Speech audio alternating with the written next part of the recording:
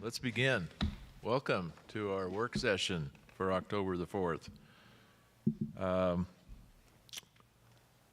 Let's see, Ron, would you be willing to lead us in a Pledge of Allegiance? I'd be honored to, thank you. Thank you.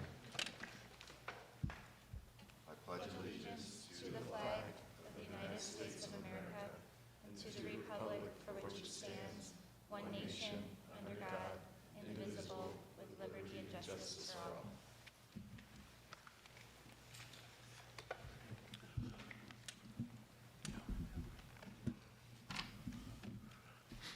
The Board of Education maintains a web page on lewispalmer.org through which members of the public can find live streaming information and meeting records, as well as presentations and resources, which will be reviewed and discussed during this meeting. Ms. Wood, could you call the roll, please? Mr. Clausen? Here. Mr. Schwartz? Here. Mr. Taylor? Here? Ms. Upchurch? Here. Ms. Phillips is absent and excused this morning. Thank you very much. Well, let's jump right in. Work session agenda item B1, portrait of a D38 graduate and educator. So I'm going to actually hand this off to Jess McAllister. She's going to do a quick recap of where we've been, and then I think she's going to do a quick intro and a welcome to a couple of guests here that are going to lead us through some additional process. So Jess, take it away. Okay, well, good morning, everyone. Thanks for having us today to do this exercise with you. As mentioned, I'm Jess McAllister, Secondary Programs Coordinator.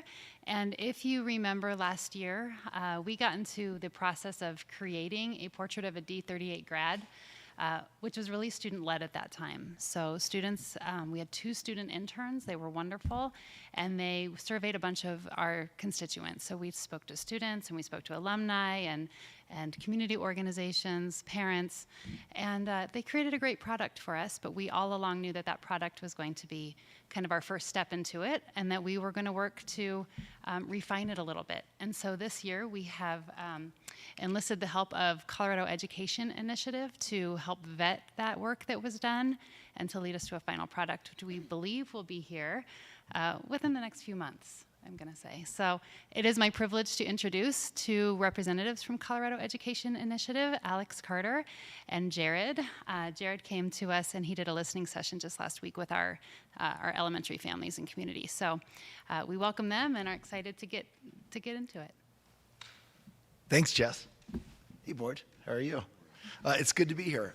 Alex Carter, I get to be the Vice President of Field Implementation at CEI, and I've been on the team for about 6.5 years. Before that, I was the superintendent of schools in Montezuma-Cortez School District, did that for 4 years.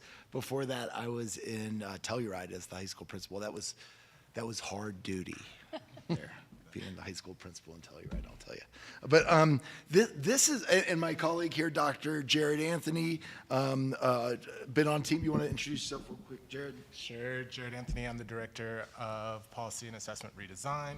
I've been with CEI for the past 8 to 9 months, and before that I worked at the Colorado Department of Education as a principal consultant working on graduation guidelines, menu of options, specifically capstone and performance assessment, as well as coordinating the PSAT and SAT, and I know all. So you can see why Jared's here. Jared is actually leading a lot of the listening sessions here in D38. And when I said I wanted to work with boards, I love working with boards, I said, Jared, you should come down too, so that we're hearing lots of the same voices. Because as we're creating the portrait of a graduate for D38 and the portrait of an educator, let me tell you a couple things about it. First of all, it's really exciting that we're building off of the good work that Jess and the students did last spring. We feel like one of the best opportunities is co-creation. When you're not, I mean, honestly, we could have sat down, we could have come down here and facilitated a listening session with you guys, knocked out a graduate or a profile of a portrait of a graduate in a couple hours and put it out and said, this is the D38 portrait of a graduate, and it would have done nothing. because people would look at it and say, we don't even know where that came from. That's not us. So this idea of deep co-creation, community-based co-creation, what it actually creates is built-in buy-in. Because people, when they see this portrait of a graduate, they'll say, you know, we had a voice in that, we had a say, we had skin in the game, and it's because it's authentic, it's real. It's real co-creation with your community, and that's exciting. Now, it wouldn't have been a full this group too. So today we're doing a listening session, not just with the board, but we're gonna make your leaders also play. Everyone's gonna play today. I'm only gonna talk for like 2 more minutes, and then we're gonna get right down to business, okay? Let me tell you a little bit in case, like why we do portraits of a graduate. CEI's been doing this for about 5 years now, and we think that it's a critical step if you wanna drive towards future-facing change. There's a couple reasons why. People have a really good, I don't have any idea, I didn't do my research on your budget, but I'm gonna take a wild guess here. I think you have a budget of just under $50 million a year. Is that close? Okay, close enough. So it is a legitimate question for people to ask, why do we spend $50 million a year? And if you don't have a good answer for that, it's really hard to get them to get excited about the school district. Well, the portrait of a graduate is your North Star. This is your ultimate outcome. We spend that money because this community deserves students who graduate with these competencies, with these skills, with these, with this knowledge, with this understanding of how to be successful in the world. So that's what we're going to try to identify is what does your community want your schools to produce? Then you actually have an impetus for why do we change things then? It's, I actually say the portrait of a graduate is the impetus for change. Because if I'm a teacher in the schools right now and you say, hey, I want you to do more hands-on interactive project-based learning, and I think that my job is to teach kids history, I was a history teacher, teach kids the history of the United States, then I'd say, well, I don't need to do that to do this. But if I know that my job is to teach the history of the United States, but also to teach some skills and competencies like excellent communication skills, problem solving, critical thinking, then I might change the way I have to teach in my class to generate those outcomes. So that's the second reason. The third reason is it's just an exciting kind of gravitational pull for your whole district to say, we are excited and thrilled that we work together. So before, when I was a history teacher, I was collegial with my science colleagues. But when I said, what I do in my history classroom has very little to do what they do in their science classroom. Now, if I have a portrait of a graduate and I see that we're all driving towards those outcomes, where I used to not want to talk about Billy and Julie with my science colleague because I didn't see any reason to, now I can say, is Billy doing, how does he show up when we ask him to work in teams? Because that's one of the outcomes that we want for our kids, is being able to be effective collaborators. And now I have a real reason to talk to my science colleagues. So there's just a lot of great things that can happen when you create a community-based, co-created with teachers, with community members, with students, all saying this is what we want for outcomes. So that's really cool. That's great. And then D38 threw us like a curveball that we like jumped at. You guys said to us, we don't want to just build a portrait of a D38 graduate. We want to build a portrait of a D38 educator. And that's never happened before. We've never been asked to do that before. And it's innovative. It's exciting. For me, there's 3 good reasons to do that. First of all, because it's super cool. Being able to say, this is what we stand for as educators. Second reason is what we believe at CEI is often you have to build mindsets before you start shifting practices. So this is actually a document where we can talk to our educators in D38 and say, hey, this is how we want to show up. We want to show up as creative. We want to show up as innovative, as collaborative, whatever you guys come up with as your portrait of an educator. And the third reason is I'm always thinking as a former superintendent and in this environment for recruiting, I think it's going to be a huge recruiting tool for you guys. As you go forward and you talk to new teachers that are coming into the district and you're asking them, hey, we want you to come work with us, it's going to be a differentiator because they're going to be able to look at this portrait of an educator and say, that's the type of educator I want to be, and that's the type of educator I want to work with. So if you're like, these are the types of people we're looking for, if you're not one of these people, don't come, they're going to say, I want to be one of those people because it's going to be exciting. So that's what we're doing today. This is how it's going to go. You've all got Post-it notes and a Sharpie. That's how you're gonna. That's your. Those are your tools today. So you can put down everything else. You don't need anything but your Post-it notes and a Sharpie.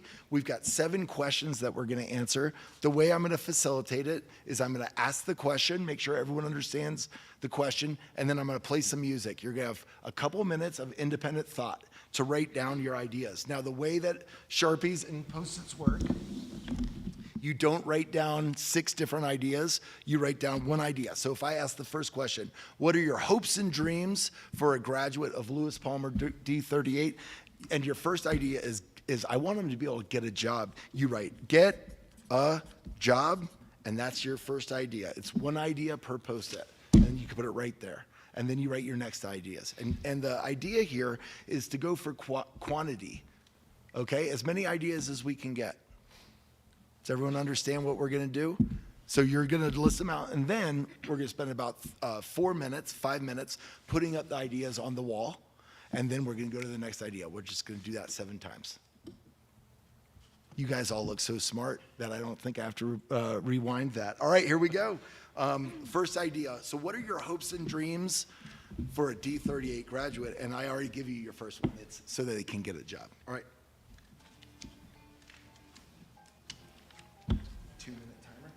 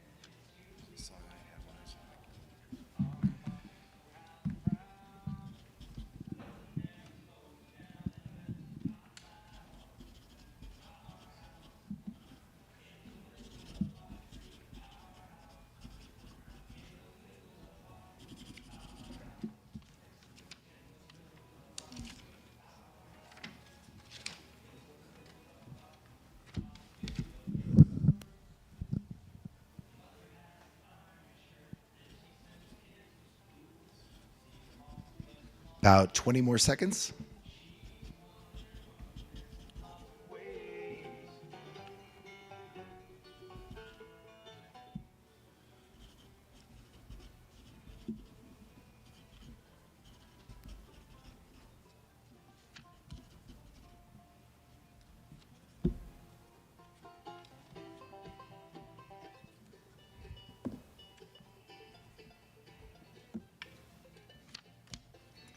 All right, so you still have your Post-it notes. So we do something when we're brainstorming called yes-anding. So you wrote a bunch of ideas down. If someone says something that makes you think of something new, go ahead and write. You don't have to like stop what you're doing. You can still think of new ideas. But we're gonna get a bunch of ideas up into the space. All right, who's gonna go first?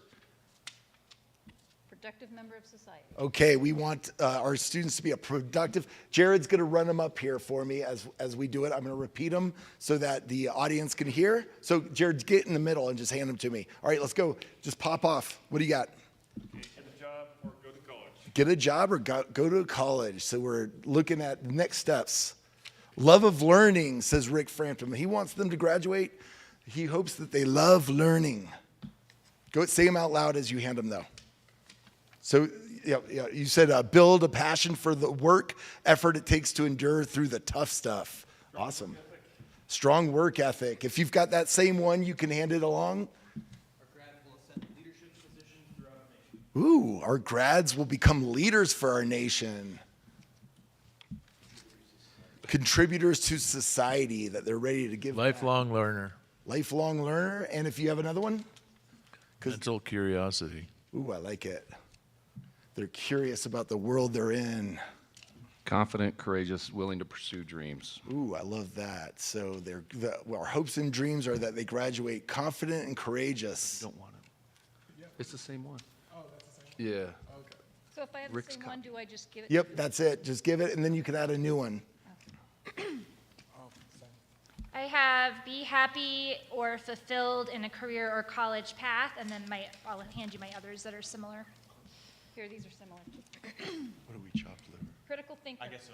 Where we Jump in. All right, so I heard happy and confident, which a good person. be a good person. Care about others, community, and country. Ooh, I like that. Respectful adult. Respectful adult. A civic participant.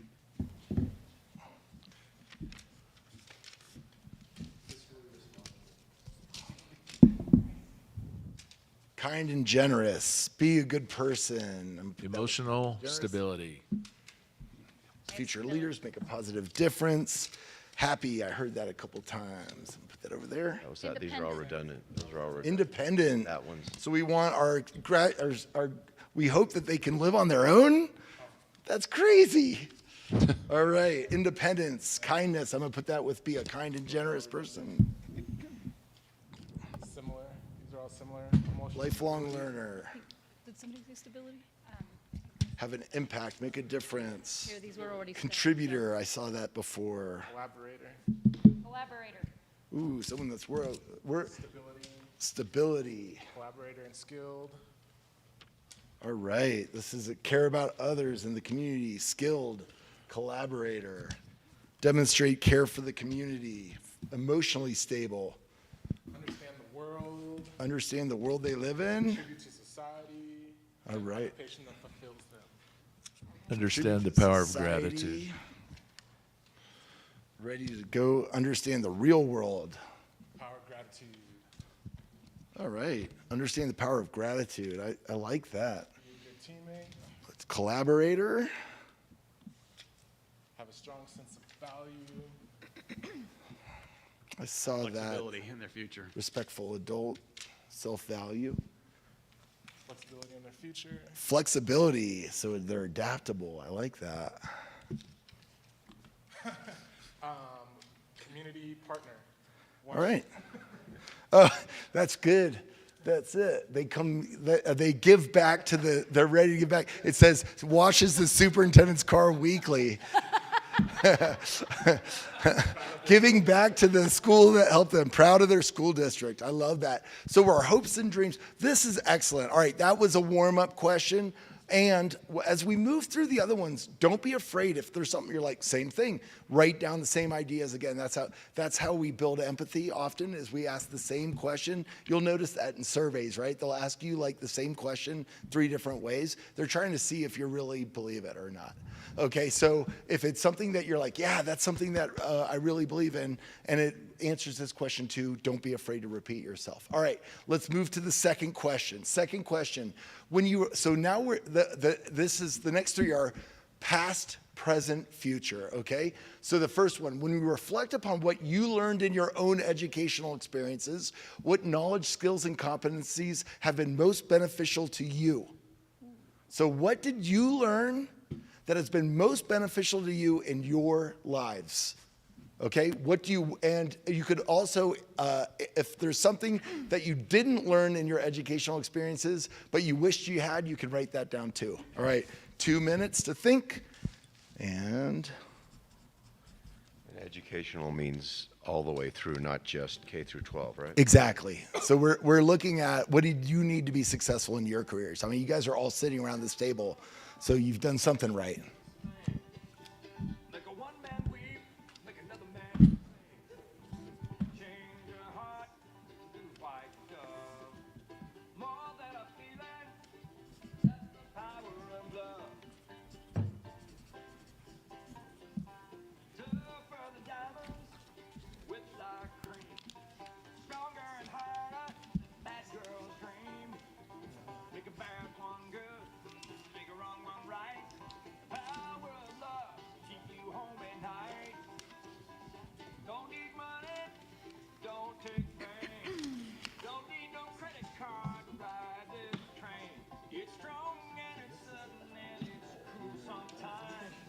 Just doesn't sound like you anymore.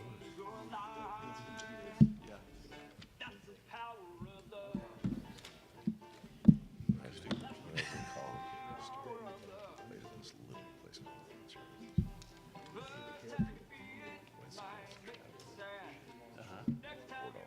Yeah? Always like it. They got his greatest hits in the car. at the beach. When he did the beach where the guys had buried in the sand just their head. Oh. So funny. And that was when videos first came out. Yeah, right.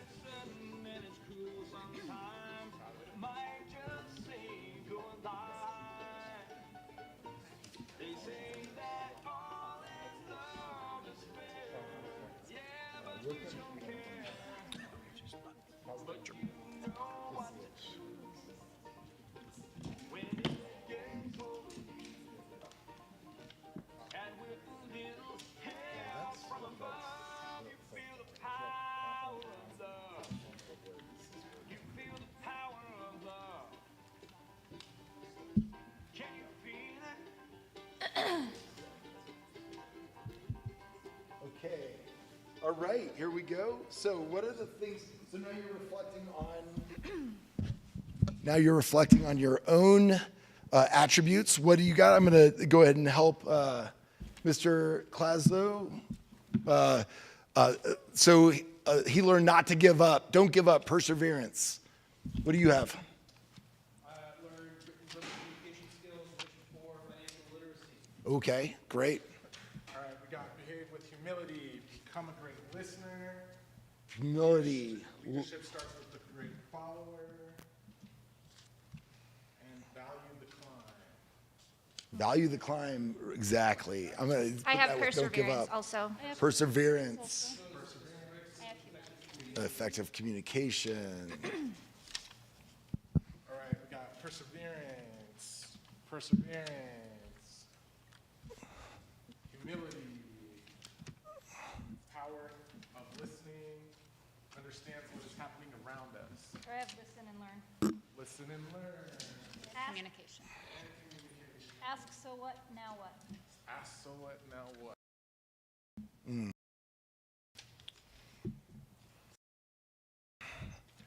All right, communication is a strong theme. Listen, listen, listen. This is so good. Human. Be a good human. We've got persist until you succeed, give thanks. Persist until you succeed. So perseverance, persistence, and then to appreciate, give thanks. I'm going to put that with humility. Ask questions. Ask questions. Ask questions. Everyone learns different. And everyone fumble. There you go. Everyone's different. And then we got building a system that works for me. All right. Commitment to quality for lasting results. Okay. Retain the written word. Good. I have history matters. Does that count? Sure. All right, let's go this side of the room. What did you have? Reading, Reading. writing, arithmetic.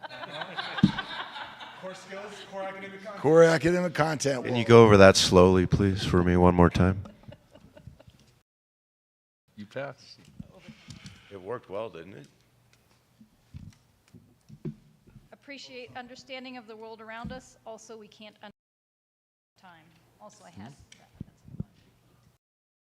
Overcome obstacles. Perseverance. Understands the world around us. Oh, beautiful. All right. I had discipline, work ethic, diplomacy, sense of self. Diplomacy. That's a new one. Work ethic, we've seen. Diplomacy, I love that. Get exposure to other countries. Global citizen. Global citizen, I've seen I the have world around us. gratitude, grace, creativity, and collaboration. Grace, I like it. I have a whole bunch. Be a voice and leader, set goals, love of learning. That's a great one.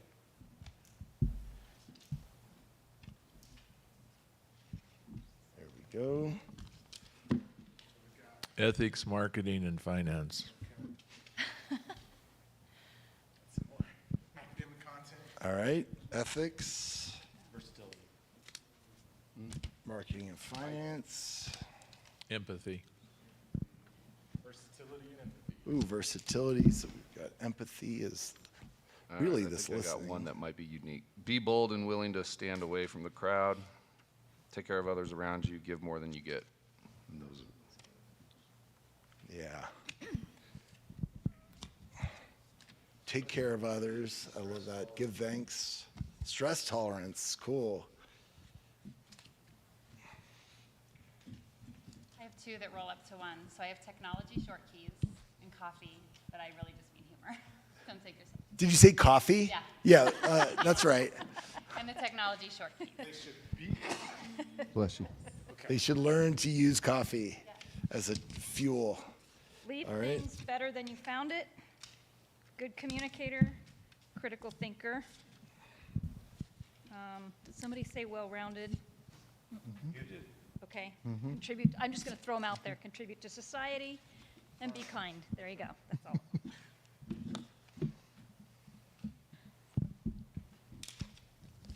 Be kind. Leave things better than you found it. I'm going to put that with give more than you get. Good communicator. That's a strong theme. Critical thinker. Contribute to society and well-rounded.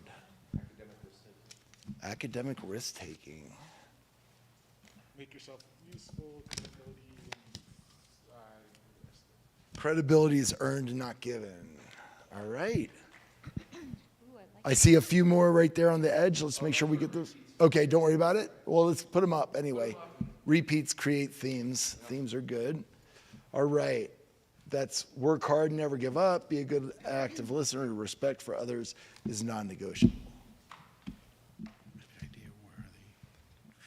I like that idea of credibility is earned, but respect is given.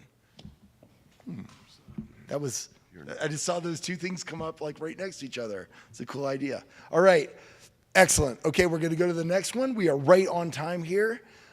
This one is present. So what skills, knowledge, and competencies are required for success in current society and economy? Okay, so basically what we're asking here is, the last person you hired, what were you looking for? What do you want in a person right now to be successful in your world right now? 2 minutes, go.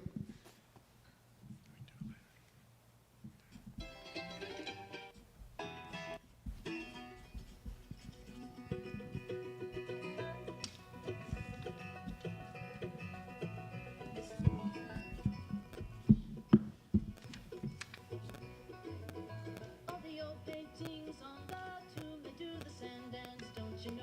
If they move too quick, they're falling down like a domino. All of us are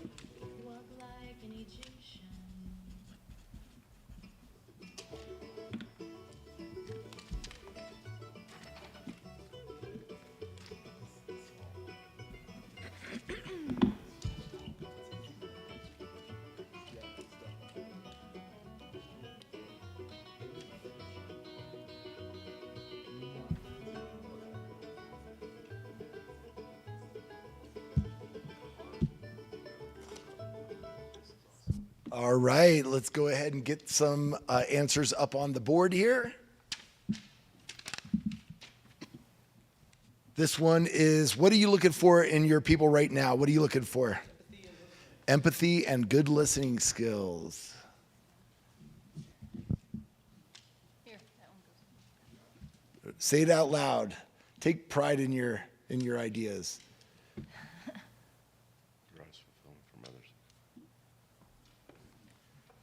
Derives fulfillment from other success. Oh, okay, cool.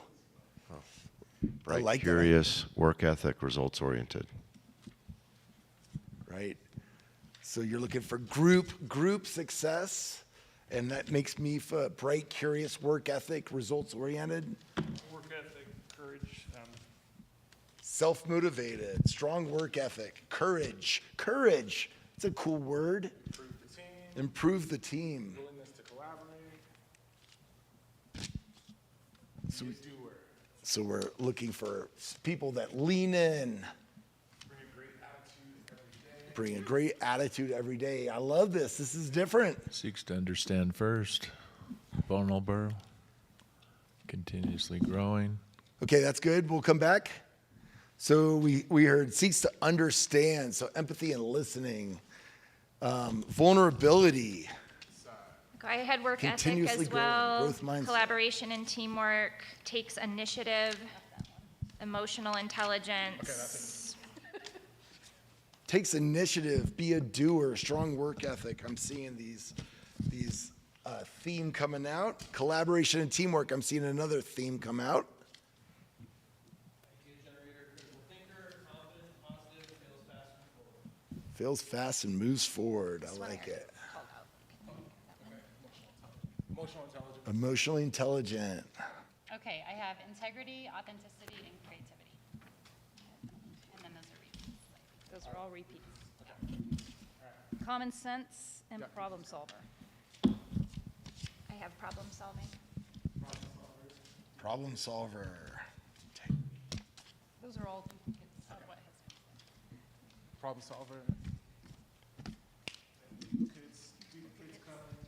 Lots of duplicates. Got duplicates working. That's okay. I'll find them. You can go over there. Find collaborator so we see this team. Communication. We got another adaptable and versatile. All right. Open, honest communicator, problem solver, and versatility. Nimble, agile. All the utility infielder. All right. Passion, integrity, energy, execution, high spirit. Self-motivator and a motivator.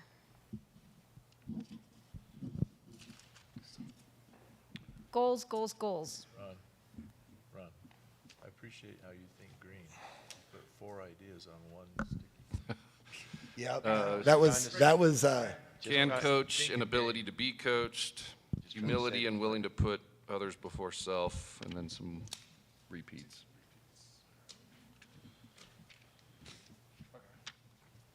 Got repeats. Just in different words.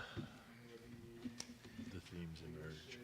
Posture, pressure, agility, and adaptability. I love it. I love it. Here we go. That's some of these you think about, you want, and then you think Player about what we do in articulates school, ideas, and we never let has students developed like own voice. we tell them Easily don't move yet. forgets. Let me tell you what to do, and then I want you to move. That doesn't really go with initiative, does it? Voice, articulate, Developed own voice, player.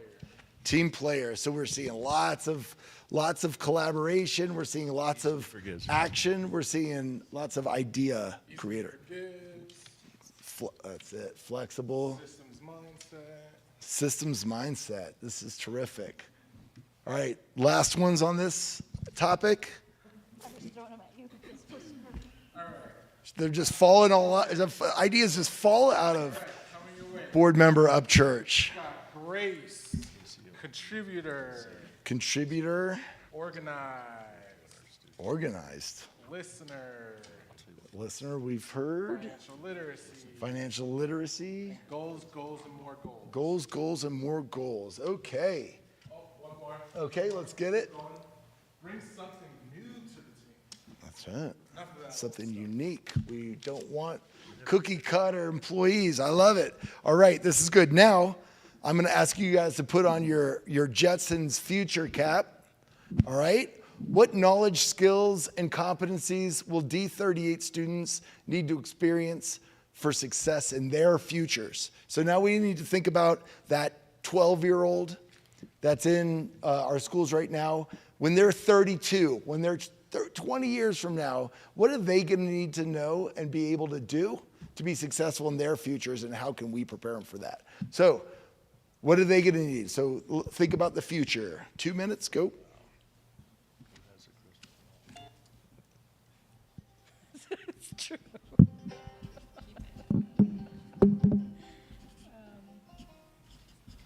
the Jetsons, here we go.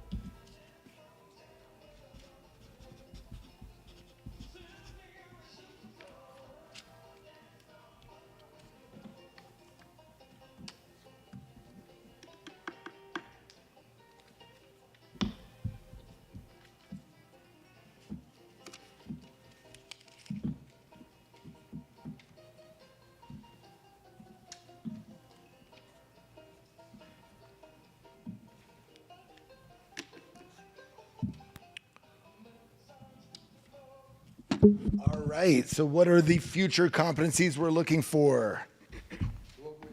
Globally aware. We need to understand the world we live in and the people who live in it, I would guess. Strong work ethic, work well in groups, persist until you succeed. All right, there's good themes.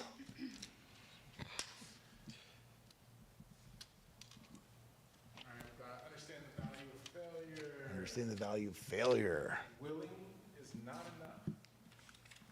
Say more about that. Willing is not enough. What do you mean by that? Be a doer. Okay. You can talk all you want. Okay, got it, right. Work well with others. Like that. Talk is cheap. Work well with others. Versatility, flexibility. Yep. Value human connection. Find purpose greater than self. Great. Value human connection. I'm going to put that with globally aware too. Find purpose greater than self. I love that. Entrepreneurship, resourcefulness, designer, creator, trendsetter.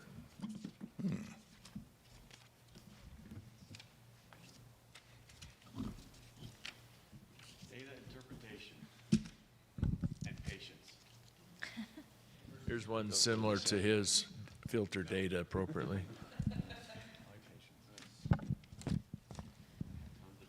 Filter data appropriately, so we're analytic, I hear. Patience. Cover value statements in what they read, hear, and see. Put that right with Find, data develop, interpretation. embrace their passion. I'm gonna put that with find purpose greater than themselves. Be good at something useful. Okay. Figure out how to be a contributor. Contributor, all right. Abstract reasoning. Since it's abstract that we're doing here. Yep, that's right. I had innovate, apply skills and competencies in new situations, be Confer. attuned to future needs and problems. All right. gonna put- Self-care, so balance and boundaries, optimistic and hopeful, and flexible. I heard flexible a lot on this one. Versatility, flexibility. I guess that kind of set goals and set boundaries, values and ethics, respect and understanding, listen and advocate, trust but verify. There's some to start. Trust but verify. I'm gonna put that with data analysis, analytic, values and ethics, set goals and boundaries, respect and understanding. Okay. Advocate. Resiliency, communication always, and understand compound interest. It's only a value if it's above 4%. Hopefully. I hope your compound interest in 30 years has served you well. Diplomacy, cultural awareness, Yeah. These might perseverance, communicate. adaptability. Flexibility, do we have that one? Creativity. Very meaningful. Got, multiple communicates. Okay. Actually, triple communicate.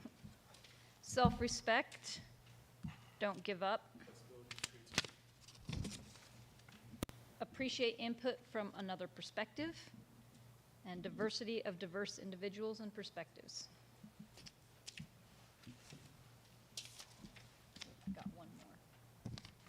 It's a Creativity, I saw here. Ron. All right. Ron. Best one. Diversity, individual perspectives, appreciate input. Global knowledge, able to express self, verbal, and written. All right. And communication. Let integrity be your guide. Coffee is good.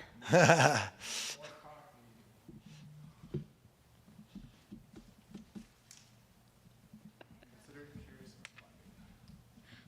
Open-minded, innovator, curious, put that with innovator. Considerate, put that with Although when Joey does best at school, work well with others. they leave room. All right. All right, guys, there are such great themes. We are done with the portrait of a graduate side. Now we're moving to our last three questions, and we have 12 minutes, so we're going to go faster. The first question is, what do teachers need to do to support all the students to build these skills, knowledge, and competencies? Maybe even what do they need to do differently? So what are the things you would expect in order to produce graduates that have these types of skills and competencies? What do teachers need to do? So now we're looking at learning experiences.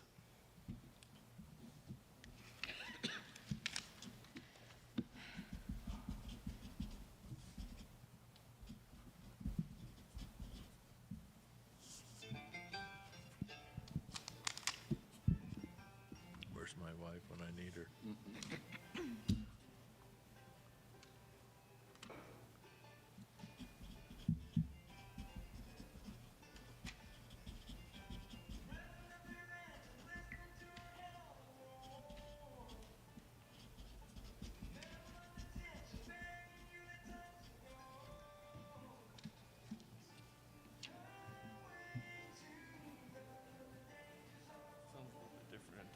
Yeah, it sure does. It does. Different when it's on a aircraft carrier. This is his piece. I just bet you when it's all done. Potentially.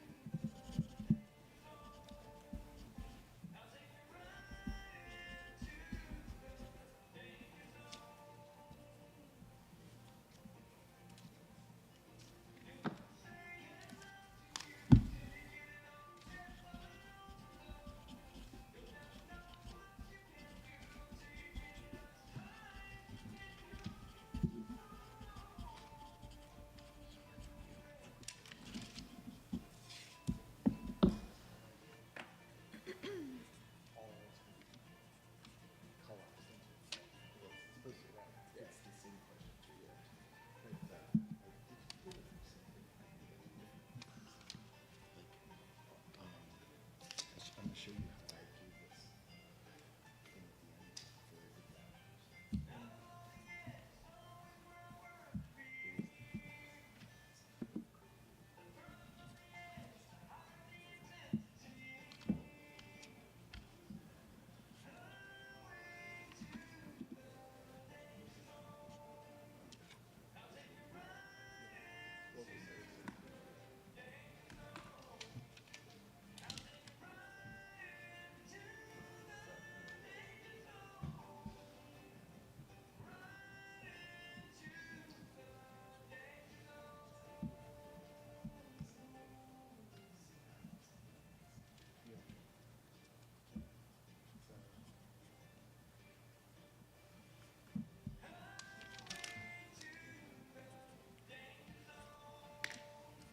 All right, ready? Here we go. So what are those learning experiences that we're going to see in our classrooms in order to produce these types of outcomes? What do you have, sir? Challenge students. We have challenging learning, Advocate creativity and critical thinking. critical thinking, advocacy, and creativity, Willing to change. adaptable teaching styles, Teach with a what-if mentality. teach with a what-if. Industry partnerships. We need to see people working in the real world. All right, teach kids they can do hard things, persist until they succeed, strong work ethic. All right.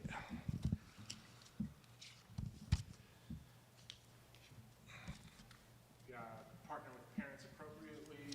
So I'm going to put that with business partnerships, parent partnerships. Empathy for every child every day.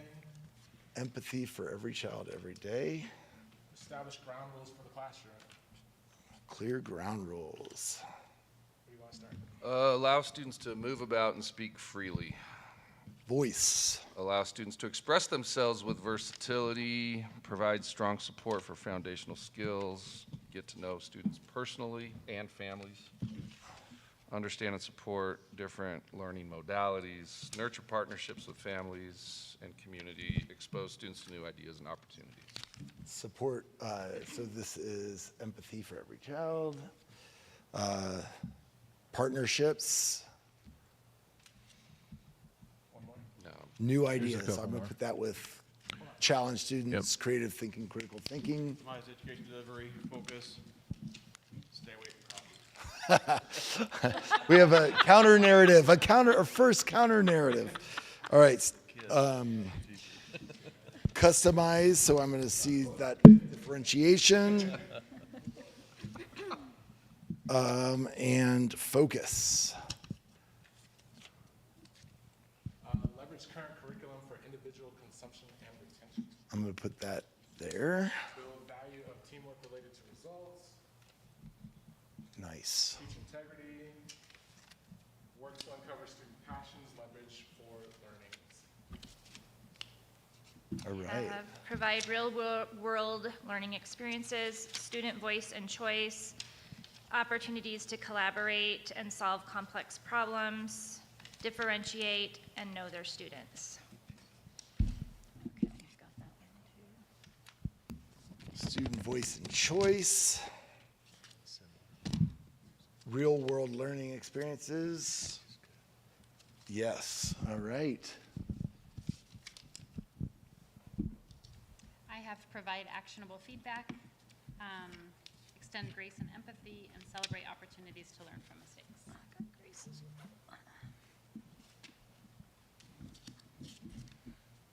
Double grace.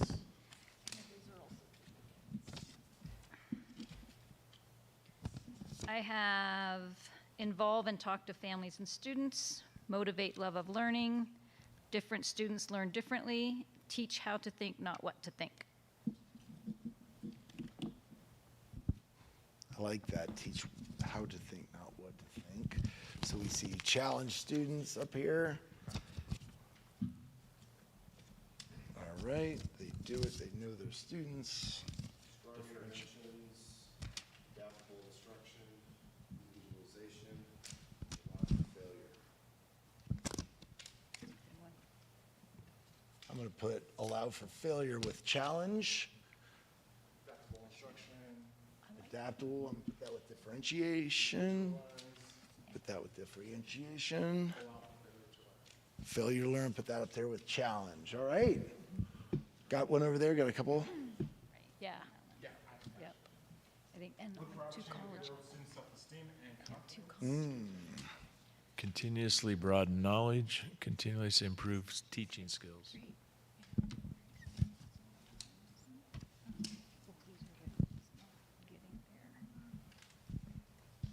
Understands, that's going to know their students.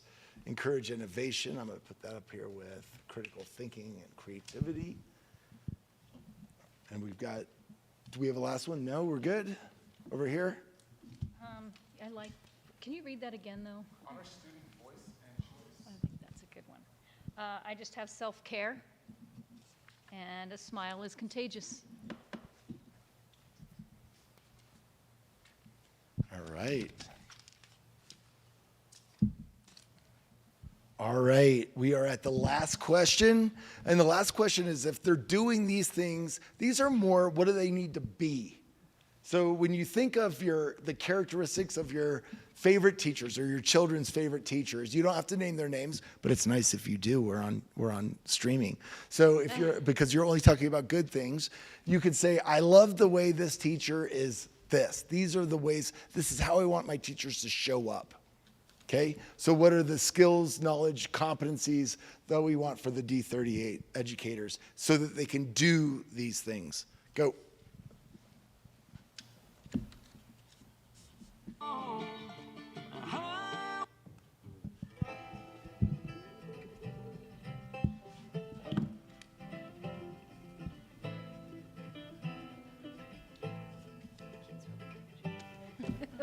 Gotta take a little time to think things over. I better read between the lines in case I need it when I'm older.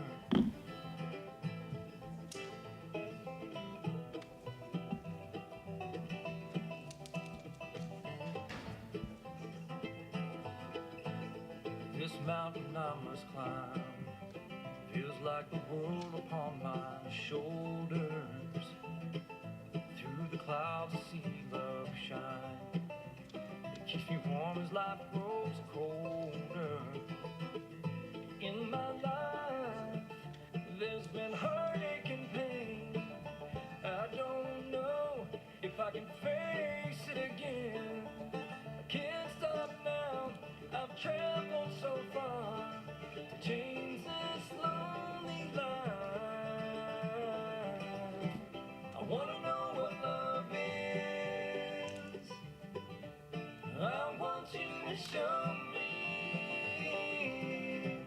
I wanna feel what love is. I know you can show me.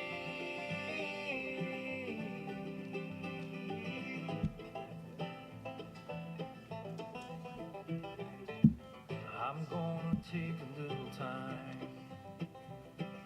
time to look around me. I've got nowhere left to hide.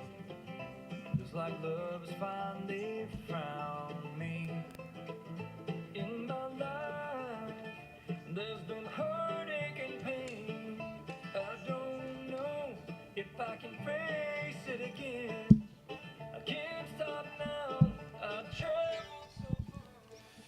All right, here we go for the last one. What do we want in the characteristics of those teachers in D38? Why don't you start, sir? Love the kids and the students. Love the kids and the students. Be willing to change. Flexible, adaptable. But be consistent. Consistent. All right, that seems contradictory, but it's not. I know what you Well mean. with others, enjoy the journey. Work well with others, enjoy the journey.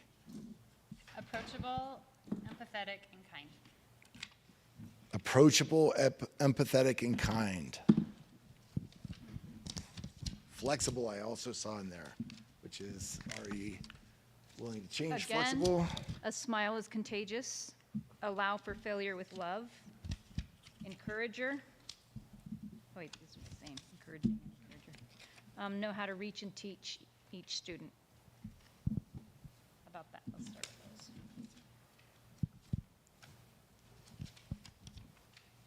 I think we said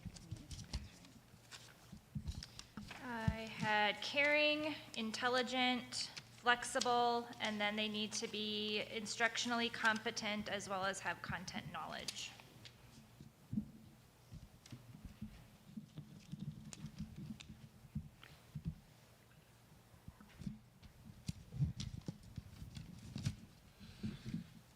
Calm and focused, learn it in their material, and experiences beyond education.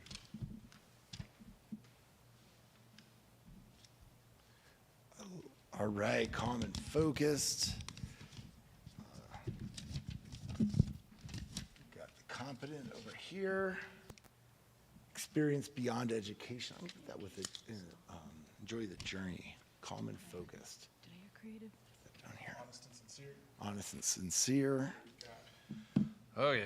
Willingness and ability to self-reflect, perseverance in the face of adversity, peer leader and collaborator, builds classroom communities that value all students, caring and compassionate, willingness to take risks and continuously learn and grow, models integrity and fairness in interactions, smiles a lot.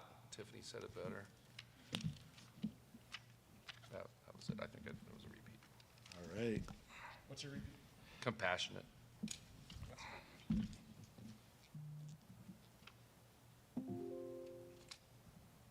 All right, models integrity. Take risks. I'm gonna put that with flexible.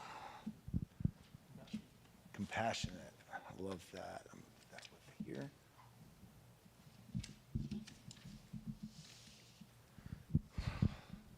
No one to hold them, no one to fold them. I love that. I'm gonna put that with flexible. Make the academics table. Actually, I'm gonna put that with consistent and flexible. Hold them and fold them. That was my. Make the academics table stakes. I'm gonna put that right there. I'm sure this is a caregiver versus a job. What do you mean by that? Who wrote that one? I did. Sure, it's a career, not a job. Oh, Right. career, not a job. Right. And then passion, energy, integrity, execution. Beautiful. These are probably repeats, but patient and curious. Patience and grace. We wanted that for our students too. Isn't that amazing? All right. Those are all duplicates. Respects learners and their families. Did we say grace and creativity? Yep, I see it, but I want to see it up here again. Love of teaching. I think that goes back Yep. into Goes to the idea of creative, grace. Respects learners and their families. There. Yep. Consistent. Love of learning. Caring. All right. Got some over here. Think we're almost done. What we got? Yep. Engaging, not boring.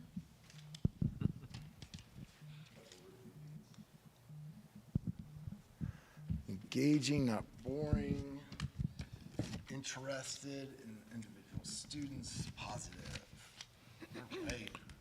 Here we go. Did you say individual student allows learners to be different? That's the same, right? That's fine. Learners can be different. Yes. Good character, Embracing honest, diversity. trustworthy, ability to love, great communicator by word and deed. Ooh, that's great.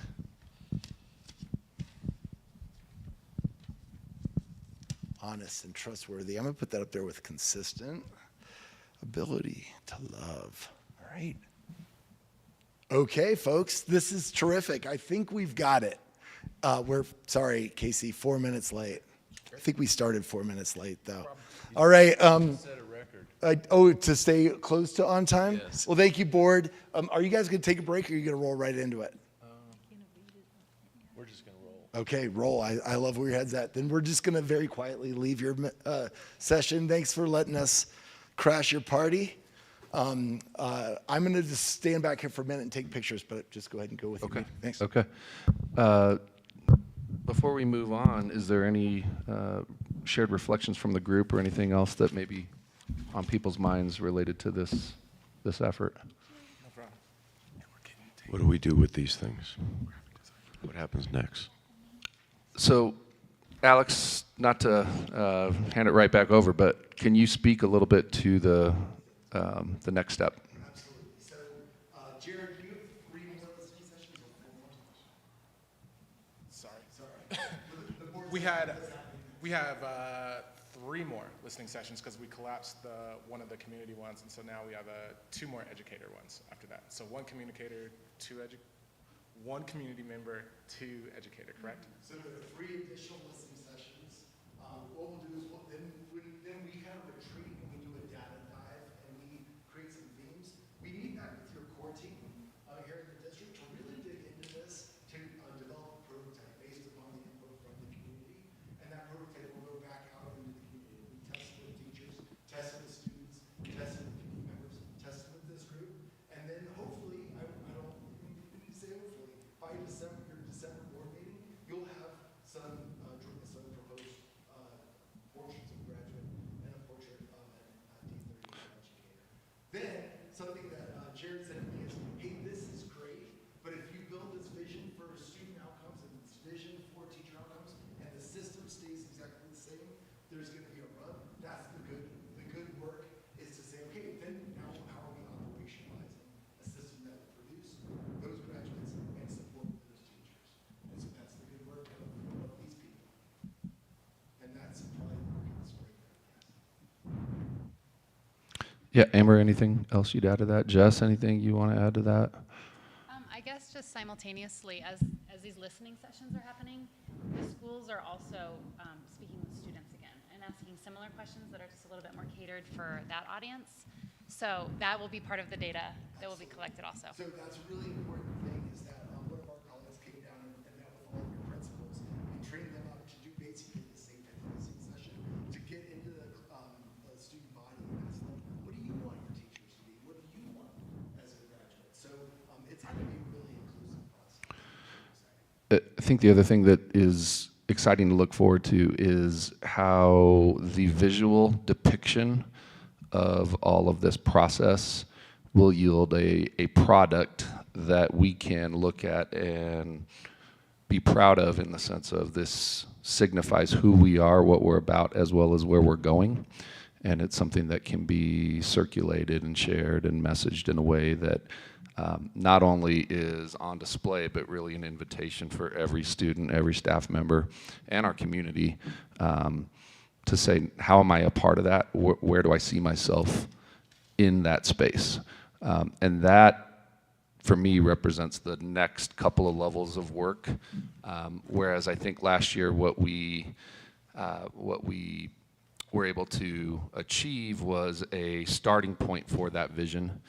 This, I think, allows us to actually take that vision toward action.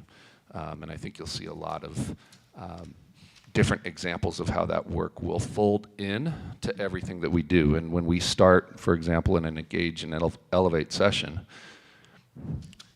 I think we'll have a picture of our graduates as well as our educators that speaks to this is who we are, what we're about, and what ultimately our students are accomplishing as a result of their educational experience in our district that sets them on the path for their bright future. So there's a lot of tie into all that, and then there's also a marketing and a branding element that I think will correspond not only to this work, but then also alignment with our strategic plan. So those are, I mean, this is, I think, as Alex put it at the very beginning, that North Star and that compass point that we can look to as a source of that inspiration and that drive and determination that we're hoping for. Yeah, and if I might, I would add that the portrait of a graduate really, combines priorities 1, 2, and 3. That's their touch points, if you will, in our strategic plan. And today we've added portrait of an educator, which is our priority 3. It makes me wonder, just slightly, about the portrait of priority 1, that safe environment, the welcoming environment. What does that really mean? Same thing with curriculum, right? What would the curriculum be to support that portrait of a graduate? So the business guy in me is coming out, trying to align strategic plan with what we're talking about. I hope there's some thoughtful meaning to what I just suggested that we look at. Because to me, our priorities drive what we're doing. So every child, every day, thank you. Every child, every day is the overarching, if you will. But each priority may have a subset, and we're doing it with portrait of an educator in my mind. So I just want us to consider, does each of our priorities, and Chris, not to put you on the spot, but what does a building look like, right? Or what does a bus look like? I'm being a little facetious, but at the same time, I think you get the idea that every child, every day is the overarching priority of our system. Here's our educator picture within that. What's our classroom or the environment look like? What does the curriculum look like? What does managing resources look like? What does these various priorities, how do they fit within that overarching portrait of a graduate? I think that would do us well to think along those lines. Yeah, absolutely. I think if you can either for a moment envision the star that we have used to illustrate at least the 5 priorities that we've established up to this point, you're bringing up another real key point in terms of operational efficiencies and decisions, et cetera. So what we've actually talked about is that the center of that star is, you could see a picture of each and every one of our students. And that picture is essentially, what do we hope for, what are we aiming toward as we're cultivating the type of educational system that empowers every student to achieve what each of these different competencies, skills, whatever we want to call them, will become. And then think about it as almost the same coin, different side. When you flip it, you're not just thinking about our kids in that space, you're thinking about the people that are taking care of our kids each and every day. And you can overlay that whole thing. I mean, you can make this as multidimensional as possible. We're thinking about our community very much in that process as well. But at the end of the day, you can distill it down to each and every student. The thing that always excites me is when people will say, in our system, we'll hear feedback often that will speak to, well, whatever may be happening right now may not be emblematic of an every student, every day theme or mission.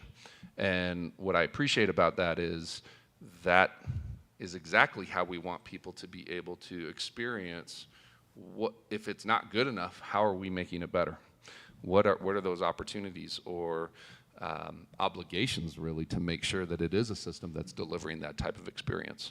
So it's aspirational in many ways to say every student every day, and here's what that bright future looks like for our kids. But here's what's foundational in that process.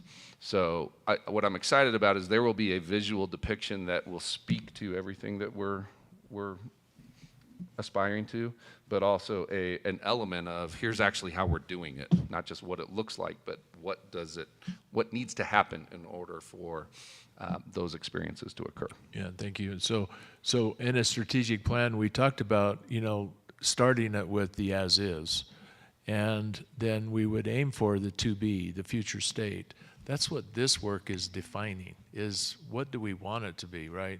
The priorities of the strategic plan lead us there. And that's what I heard, was it Alex say? This is great if it's just a picture, but if it actually guides our behavior as a system, then it's going to be successful. And I think that's, again, it totally aligns with our strategic plan and the 6 priorities that we have that lead all of our behaviors to that portrait of a graduate. Having the portrait of an educator, I think, is just another step for the whole strategic plan. I can envision in my own mind where that logo that's up on the wall there, which has 6 points, has all of our 6 priorities with a portrait of them. So, for example, how do we determine capacity? We could make it a project someday, or we could just build it into our strategic plan.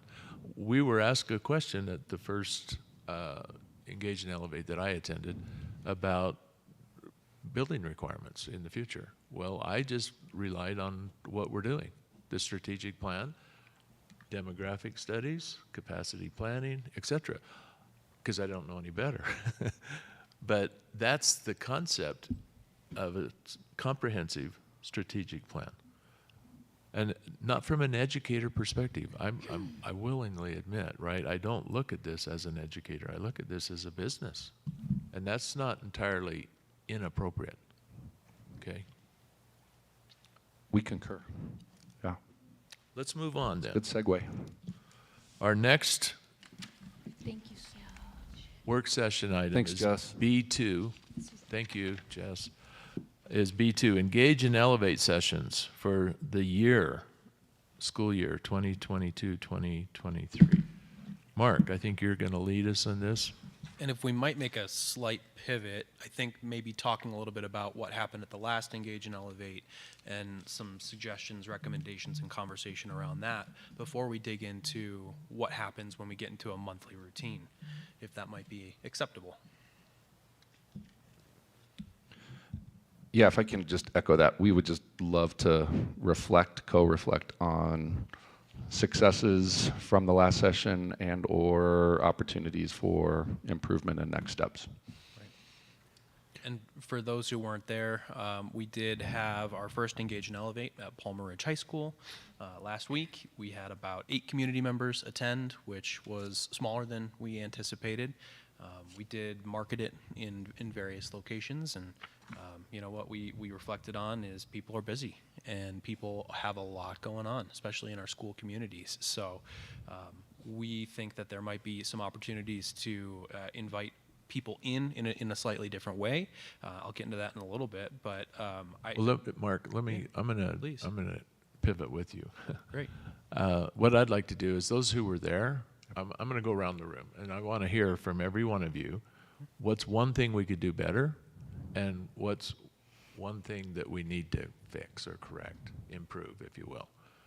And I'm happy to start, so it'll give you all a chance to think about it. Ron? Can we add one thing to your list? Sure. If there's something that was golden that we did, that we make sure we repeat? Highlight it, yeah. Good point, very good point. So I'll start, and I'm gonna start with what Ron's suggestion was. I thought that the presentation material was complete. It was, I think it had all the facts and the why was well stated, and so I thought the presentation materials were good. An area that we could improve upon is perhaps the discussion points need to be condensed a bit, right? So that we get through, either schedule it for 90 minutes or reduce the discussion points, one or the other. Yep. And the thing that I would change or really want to do is somehow, how do we get parents there? How do we get community there? But I was sorely disappointed, not with the 8 who showed up, but with the 80 who didn't. Mm-hmm. And I'll just go to my left. So Casey, if you want to go next. Yeah, I would echo what has already been said there. For me, the people that were there, I felt like, for the most part, had a pretty good opportunity to engage in an exchange of ideas or thoughts. Although I don't want to speak for everybody, because there may have been some people that actually felt like they couldn't speak to some points. I don't know. I feel like if we're measuring this in terms of how many folks are attending as one indicator of what we're going for, I think we may need to reconsider our format of an in-person event.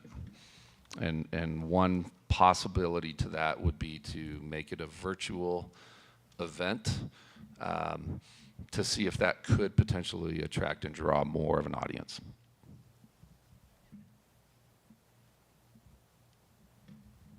I'm done for now.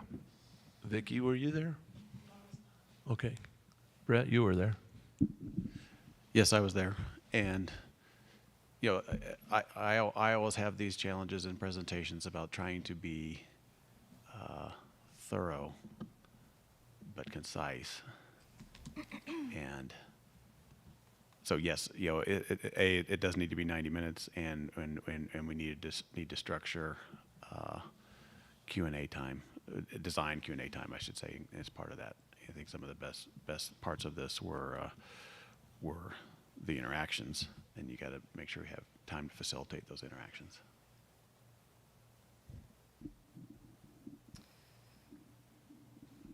I agree that the information that we presented was good information. I believe the community appreciated the information we shared with them. I'm not sure all voices were heard.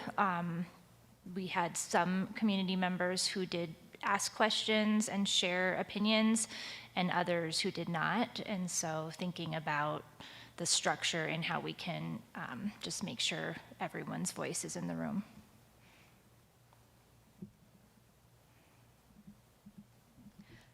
So actually, the positive I saw is, and I miscounted, I went around the room, I thought there was more than that was in attendance, but I will say that I saw actually a lot of new faces and heard some new voices that I've never seen or heard from before. I think that the presentation on the different goals could be condensed to allow for more time for dialogue, because what I did find is we heard some new voices saying, hey, I want to speak to this. I want to speak to goal number 1. I want to speak to goal number 3. So I think allowing that flow of communication, because just when we started to really start to get going and revving up for good dialogue was when we needed to keep it short, because we needed to move on to the next. So but I appreciated also that flexibility that we went from doing small groups to one large group. And so I applaud that we were flexible, that you guys were flexible in saying, okay, well, let's make sure we're hearing from folks. So I guess the less presentation, more listening.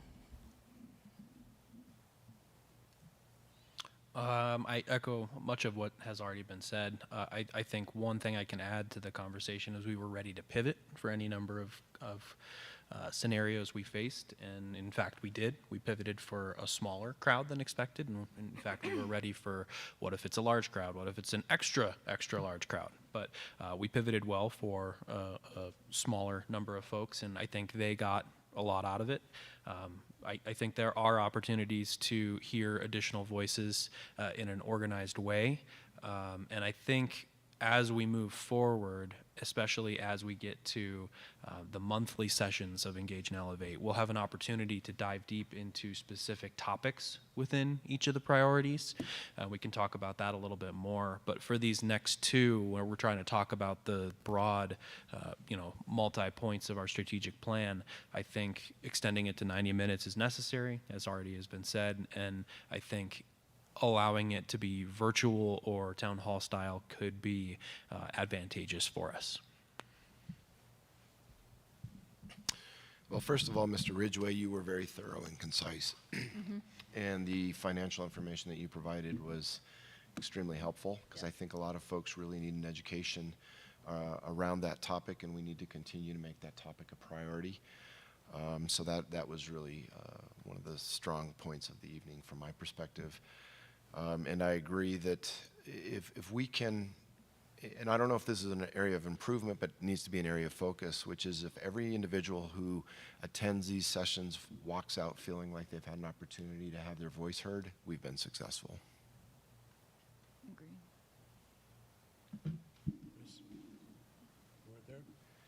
May I ask you a couple questions? Yes, please. First question is, so if there were 8 community members there, what's the sum total of the staff and board members that were there? 9. Okay, so that's a bad look, right? In general, you don't want to have more of presenters than you have audience, or employees than you have audience. It's just a bad look. I might just say that it shows that we want to show up for our community. It does, but it also shows that we're not getting individuals there. So either we didn't, as you said, we didn't market it. But Ron, it wasn't that perceptible. I hear what No. you're saying Yeah. totally, but we were all somewhat just integrated as one group, so it didn't feel Okay. bad at all. So next question is, do we have a feel for the demographic of the 8 people that were there? Yeah, so I would push back a little bit because we had presenters there, but we also had staff members that are also community members that came to get more information. That was a teacher from an elementary school or a teacher from a high school who also lives here and votes here and was asking questions. So I think they added to the dialogue. So as I look back and reflect, as far as if you want to know how many folks were there to just present, I think they're sitting right here. But there were a mixture of community members, and as far as demographics, I think it was a mixed demographic as well. So what was that demographic? Was it? Mostly active parents or Okay. current parents. Okay. There's some retirees there, though, too, that I've not seen. There was 2 parents that said they no longer have students in the school district. Correct. 4. I thought there were 2, but Were there 2? if I'm off on that. Current or former parents? Current or former. Mostly a parent, either current or a former parent perspective. Okay, so here's where / community member. Okay. Right, so here's where I'm going with that. If we had people that didn't have active children in the district or active relatives in the district, do we know what brought them there? And the rationale behind the question is, can we target that audience? If we're targeting a specific audience that is not with an active or previous connection to the school, I think we need a different strategy. I'm just going to say it. I don't think they're going to come into a school. I don't think they're going to necessarily feel maybe comfortable or wanting to have that as the venue. And I think the venue is a big dynamic. I think the other thing that's been circulating on my mind when it comes to community engagement as a whole is how do we know what different segments of our community are really looking for? Because it's, I don't want to say easy, but there's a lot of ways to work with current events that are already happening in schools if we're targeting a specific parent/staff audience. If we're targeting a non-parent, non-staff audience, I think we have to get more creative. Because I think we can find them in coffee shops, or we can find them in other areas of the community and be, not necessarily have it as big of a production, because this is a production. I mean, when you really look at it, right? So less producer-esque and more just how do we build those relationships in more authentic ways where we're going to them, not expecting them to come to us. I think you hit that on the nose. We go to them, not expecting them to come to us. When we've done events at the Town of Monument site, that room is always packed with community members. When we've done our Engage and Elevate there, where we broke out into subsections, we had to go out in the hallways. When Chris presented, that room became standing room only. So I think that going into neutral zones and not just in our school buildings is helpful. That's my personal perspective. Yeah, and we have to be willing to be vulnerable. And I think sometimes neutral ground adds to vulnerability. And so, as you said, less production and more engagement. including the concept of just kind of being vulnerable to whatever is coming. Have we got an engagement with Kiwanis yet? Have we scheduled anything with Kiwanis? The reason I ask is someone from that meeting at Palm Ridge asked the question, have you scheduled anything with Kiwanis because they're so active? The last, and I don't know that I could call it necessarily a board or even I guess it was a district engagement. The last time I spoke with them formally was over the summer. It was early June. To the degree that we could get back to a meeting here in the near future, that would be a conversation that we could have with their leadership and see what's available. And I also am aware that you did a presentation at NEPCO, which is Northern El Paso County Homeowners Association, which is a good avenue to reach out to people. What's the follow-up from that meeting? So that was an invitation, and both Ron and Teresa and I were able to share an informative presentation. Following that presentation, there was a request from the board or the president, and then the HOA within that group that requested some additional information, and so we provided that, and I believe that's been circulated at least within one of the HOAs. Now, all of that, I will add, has had, yes, sort of a big picture feel, but has also provided specific information related to the current ballot initiative. So we've tried to keep that very balanced and informative. And Ron, I don't know if you have another thought on that to add, but.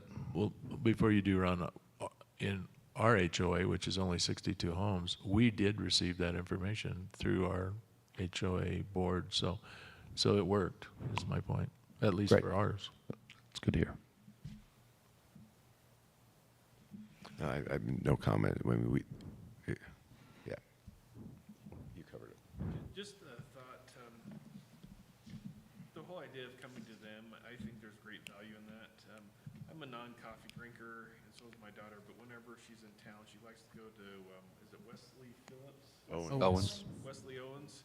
And every time I go there, it is just packed. Mm-hmm. And they have a conference room there. And maybe a thought is we just have some community engagements where people are going to be anyways. And I know Serrano's is similar. I don't know that they have a conference room. They do. Yeah, just maybe kind of thinking outside the box, and because really the people that frequent those establishments, at least the times that I've been there, are really the people that typically don't have kids in our school district.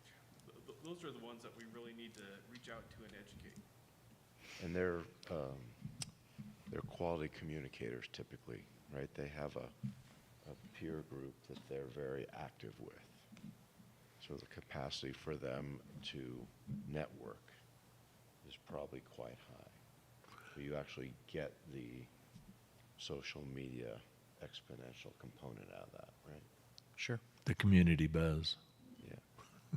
So, Mark, you also have something scheduled here in the near future at the Y? So that's another engage and elevate, right? I don't know if you guys see it that way or not, but I do. Every one of these All touch points. engagements are engage and elevate. Sure. So I think your agenda item here was to do the schedule and outline for upcoming engage and elevate at schools. But there's a lot going on away from schools. Right. Is there an overall schedule of all of that has been shared? We didn't publish one specifically for this meeting. I think we were coming into it aiming to see what adjustments, if any, we wanted to make for the next two that have been scheduled, and then rather than start diving into a calendar, full-blown calendar, but it needs to be developed. Well, and communicated. I think, Yes. frankly, Yep. I would like it to be published as a part of our work session today, because we need to communicate when these events are occurring, because there may be a parent that would go to the Y because they can't make it on the day it's at their school or whatever. The point being is, the more chances the community has to engage and the more they're aware of those opportunities, they'll pick and choose what works best for them. And I think we need to give them that ability to choose when they show up, because life's busy, as we heard at the beginning. Agreed. And so as I kind of work on a next 3 to 6 dates, for example, I think it might be valuable for us to have the conversation of, out of all of our Engage and Elevate, however we see it, what are the performance indicators and what are the results that we want to see? Is it purely attendance? Is it a survey that every person takes or that we put out? Is it people feeling their voice is heard? How can we measure what the board and our administrative team wants to come out of these sessions?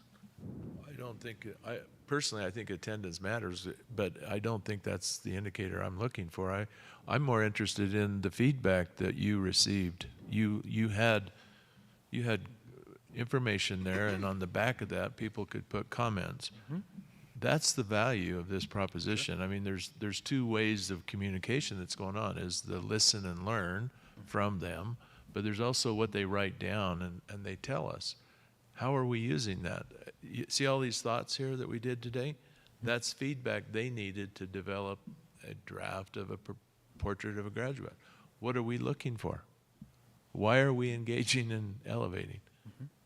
It's about the system, right? So the measure is, what voice are we hearing? Are we hearing our own? That's called an echo chamber. Or are we hearing them? And I would actually suggest that we're not done with that last session until we publish what we heard. Because otherwise, what is it? Right. And then we have to decide what we're going to do about it. Exactly right. Otherwise, we won't hear it again. I wonder if we could think about actions that we're able to take based on the feedback that we're receiving. The reason that we are developing a portrait of an educator is because during an Engage and Elevate last year, the community suggested that. So the fact that we're taking action on that feedback might be a good metric to consider. Awesome. And I say that because all of our comments combined, and your question is, what is it we're looking for? We're looking for feedback. What are we going to, how are we going to act on that feedback? And then longer term, it has an impact on the strategic plan, right? There's a correlation between this meeting, this dialogue, and the strategic plan of our school system. If I may, I'm going to take a stab at I think synthesizing and consolidating what we're aiming for. So when we think about community engagement as a broad set of interactions with the community, I think what we are talking about are both very structured, think of them as almost very formalized processes, like what we just conducted last week was an example of a very formal presentation, share out, invitation for feedback that was collected. As we collect that feedback, how are we processing it? How are we making sure that it's being shared? And then how are we acting upon that? We're also talking about the possibility of some adjustments to not just a formal type of interaction, but what are some opportunities for informal interactions, as well as what are some opportunities for maybe call it a mix of formal, semi-formal, and with different audiences. And so, Mark, what I'm sort of visualizing is a grid where we can say, here is the format of this type of engagement session. Here is what an Engage and Elevate looks like. Here's what a informal session might look like. Here's what just open-ended feedback might look like, because we desire to hear feedback at any given point in time, not necessarily just in these structured opportunities. Here is how we're collecting that feedback. Here is how that feedback informs district leadership and the board. Here is then our response to that feedback and how the community is in a position where they can see the value of how their voices are shaping the future steps of the district. So I think if we can put that into a framework that says, here's what it is, when it is, how it's going to be, then we can be very deliberate about here's when it's scheduled, and then we can allow for that grid to say, here's who's going to show up, because admittedly, I think we probably had at least a handful of too many people on that particular event. I mean, we were ready for more, and perhaps when we know that we're going to get more, and maybe there's even an element of, hey, if you're going to attend or thinking you're going to attend, here's how you can let us know so we can be as prepared as possible. Because what we were envisioning was more of a small group share out at each of a respective table that was facilitated by our group, and it ended up where we didn't need to be doing But that. Casey, the good thing though, you got everything. Sure, Everything was sure. there. Yep. So if you go and you start a meeting with, here's our 6 priorities, Yep. which one does this group really want to talk about? Because you can take a deep dive in any of them. And we ended up doing the deep dive, I think, in The first- MLO, which is Yeah. obvious, but Yep. that's okay. Yep. And if that's the one we go down every Yep. time, that's okay. Yep. But here's the 6 priorities, just so we're reinforcing. Here's the strategic plan. Amber, as an example, we didn't have a strategic plan 2 years ago. And so we started putting one in place, and that came from a community member saying, what's the long-range plan? What is your plan? And I couldn't answer that question. Well, now we have it. And is it final? No, we're working on it. But that's part of the feedback process. Yep. Again, I feel that perhaps we're too focused on presentation and not focused enough on the engage and elevator. Listen, you know, your listen and learn approach, I think, was more productive than the presentation. Now, having said that, that's just, let's learn from that. Yep. Everything you've got is Yep. awesome because it touches all 6 priorities. But what do they want to engage with us on? We have to be Yeah. flexible enough Yes. to do that. And I don't know that you can advertise and say, which of the 6 priorities do you want to talk about? Maybe you can, maybe you can't. I don't know. But that's, you get my point, right? It's not so bad. I thought it actually evolved into the right thing, given who showed up. And ultimately, when those 8 or so people left, in a very candid, self-reflective manner, did you get the impression they wanted to do this again next time? Yes, I did. That's important. I had dialogue individually with 2 of them, and they both said this is great. When are there more? Good. So hopefully they'll tell their friends and neighbors and colleagues, right? So I think there's also opportunities that seem obvious, but we're not thinking of, like breakfast for Chamber of Commerce. There's always an opportunity to talk at the breakfast at the Chamber of Commerce, where you have your local business members there. Yes, there's the business after hours, but there's the Chamber does multiple opportunities throughout the month to suit different business owners in our community, from lunch to breakfast to State of the Regions to monthly business after hours. Every month, almost every month, every school in our district has a PTO meeting and has a back meeting. And I think having us as board members and having our administration be more engaged in those, how many times has any of us been to a PTO meeting at Palmer Lake Elementary School? When was the last time any of us were there for a PTO meeting? So I just attended one, saw a lot of familiar faces and some new faces, had some good dialogue and some interesting dialogue. But there are other opportunities that are, they seem common sense and obvious, and so those are, again, each time we touch a community member, gosh, I just thought of Sweet Caroline. Each time we engage with or have a conversation with a community member is an opportunity to engage and elevate and listen to them and their feedback, and also share information when they ask questions. So I think we need to, I understand that this discussion is for these engage and elevate sessions. I don't want to give up on them. I think sometimes some are going to be more attended and some are going to be less attended. It's the same when we used to do community coffees. So continuing to refine, but also continuing to push forward and ensure that we're communicating and engaging is, I think it's all good stuff. And Mark, is this feedback what you were looking for? It's great feedback. So what I'd like to do, if it's okay, is I'd like to move on because our clock is our enemy. Okay. And what I'd like to do is take everyone's feedback. I think Tiffany closed it up and summarized it very well.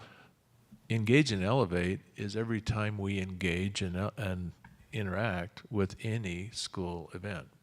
And the principals have laid out their schedules for PTO, back, etc. Those are great opportunities because for the most part, to me, the most important engagement we do is with parents. Now, if I'm thinking about an MLO vote, then I'm going to say, well, what about the retirees? I'm not thinking about that. I'm thinking about engaging with parents.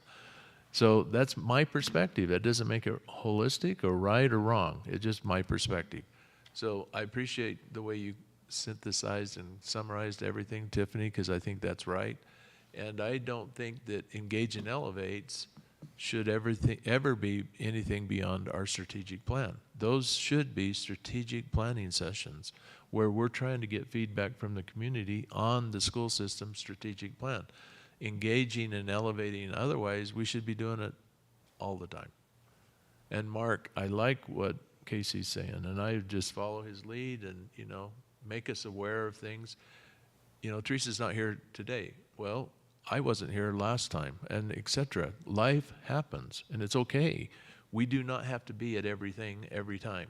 We have to show up and be there when we show up. And I'm going to close with this. Brett did a really nice presentation, and I asked this question when he was done because I wanted to make sure I understood. Are we saying that our funding is about 8% lower than the average of our peer group? And is our wages also about 8% below the average of our peer group? And are we asking for about 8 mil to compensate for that difference? And his answer was, generally, you got it. Now, that's easy for me to remember. So if I'm at the Y or if I'm wherever, it won't be hard for me to repeat that because his presentation, which has all the details, and I get lost in those details, I had to summarize it for me. What is my voice? And I just shared that with you. We all need to have our voice, right? However we feel comfortable expressing it. Yeah, Casey. I thought that was a great summary, and I actually have told that to a few other people since the meeting, including Teresa and a group that she and I were meeting with on Friday. So I think that's a great way, you know, the 8s lining up like that. Well, thank you for putting it all together. If we can, I'd like to move to work item B3, Policy, Framework, and Governance. Dr. Summers? So again, this is intended to be more of a open discussion and opportunity for us to re-establish and center our focus on our approach to future policy review and revision. There's a few items that are in the agenda, one of which you'll remember we developed last year, a board policy matrix. So that is a summary of all of the policies that were formally reviewed last year and those that were revised. Some policies, I'll remind you, were reviewed without necessarily being revised. There is one policy that we have thus far, and I don't know that we're going to have any additional new policy revisions for consideration upcoming at the October 18th session.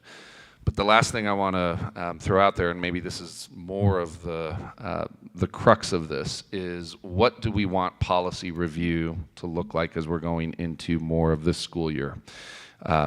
And so Mr. Taylor and I had a good initial conversation about that. And I'd love for you to at least reshare some of those thoughts.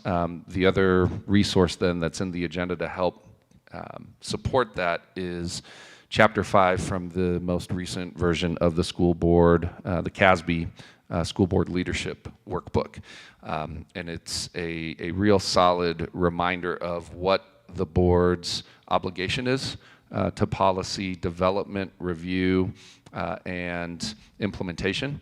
And I think it would bear us some good fruit if we, as we set a calendar going into next month and the next subsequent months, to establish some type of a process that allows us to engage in more systemic, comprehensive, and governance-focused review. And that's hence the title of this topic is policy framework as well as governance focus.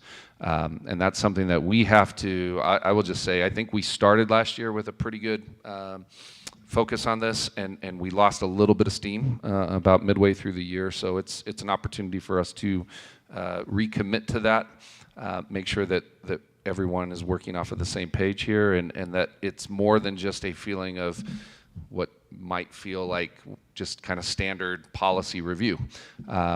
I think we owe it to ourselves as well as the community that we serve to really lean into this a little bit further. And Mr. Taylor, I'd love to let you share a little bit of those thoughts with the board as a whole. Well, first of all, thank you for, focusing on the governance aspects of the Board of Education. And thank you for each of your administrators who have a significant role in this. So I'm going to use Chris as an example. So Chris has one of the priorities, whatever we call it, physical facilities, operations, whatever it is. Which of our policies affect his area? Brett, you have finance, right? So which of the policies do you own? Now, when I say own, what I mean by that, I want to be really clear.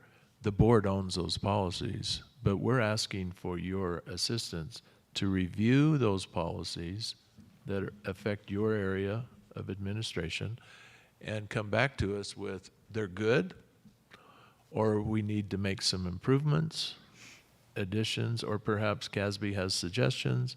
But this should be every month, right? Not just once a year we have, let's stop and do policy updates. Let's just make it a part of the routine every month. Amber, you have an area, right? And you understand what we're talking about. And so last year we in our offsite, not this year, but last year in our offsite, we sort of kicked this off. And for several months, we had a focus on policy. I don't want it to be the primary focus of the administration. I want it to be secondary. It should be the primary focus of the board, because that's how we govern. I don't go into a classroom and tell the teacher how to do their job. I don't go to a principal and tell them what I think they should be doing or not. I don't go to each one of you and tell you what I think your job should be or how you should be doing it. The only input I have as a single board member, and we as a board wholly, is the policy.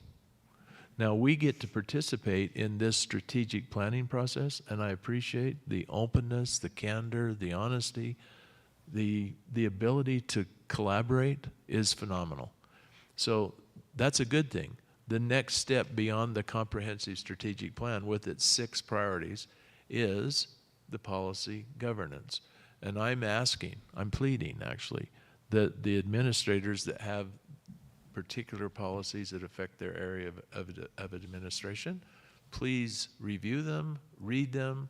Do they align? Do the policies themselves align with the strategic plan? That's the first place I'd start.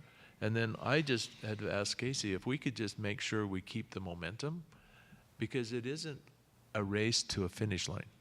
This is ongoing. This should be thought of as just every work session, I should have at least one policy that I've reviewed and think either is okay, and I'll say, hey, I've read this. This is exactly what it should be. Or I've read it. I think we need to do this. And then let the board consider whatever suggestions you have. That, to me, is our key responsibility as governance, right? And I want to keep us focused on it. My key responsibility is not to win an election. My key responsibility is board governance of our school system. And I want to hear from each of you if we're still on board, because a year and a half ago, or whenever our year ago offsite was, we were all on board. We all raised our hands to the square, just kidding. we all committed to it. And I just want, that's what I'm looking for, is a renewal of that same commitment from a year and a half ago. Casey, I don't know how you. Yeah, the only other thing I would add is, and there is one, and it might be worth Mark just taking a couple minutes to speak to one of the things that we reviewed within a policy that speaks to public comment. But as you were talking there, Chris, and as I was I'm in matrix development mode here, and I think we have a good start for what that matrix is intended to do. I think what we have to do is make sure that we are deep diving some type of a rotational approach to a systemic policy review that allows that driving question that you brought up, Chris, how does it align to our strategic plan? There's other questions that are really powerful that are built into that CASB resource that I think could also be helpful. And I think if we can create a flow and a pattern for how each member of our team essentially becomes the guide, if you will, that can spend a few minutes talking about here's what it is, here's what it does, here's how it's working or not. I mean, if it's going great and there doesn't need to be any change, great. But I can tell you, as I was looking at sections A, B, and C, and those I think fall very general. A lot of them are foundations and basic commitments, school board governance and operations, and then general school administration. Be a good opportunity for us to, I don't know the last time we've done anything other than policy AC review, for example.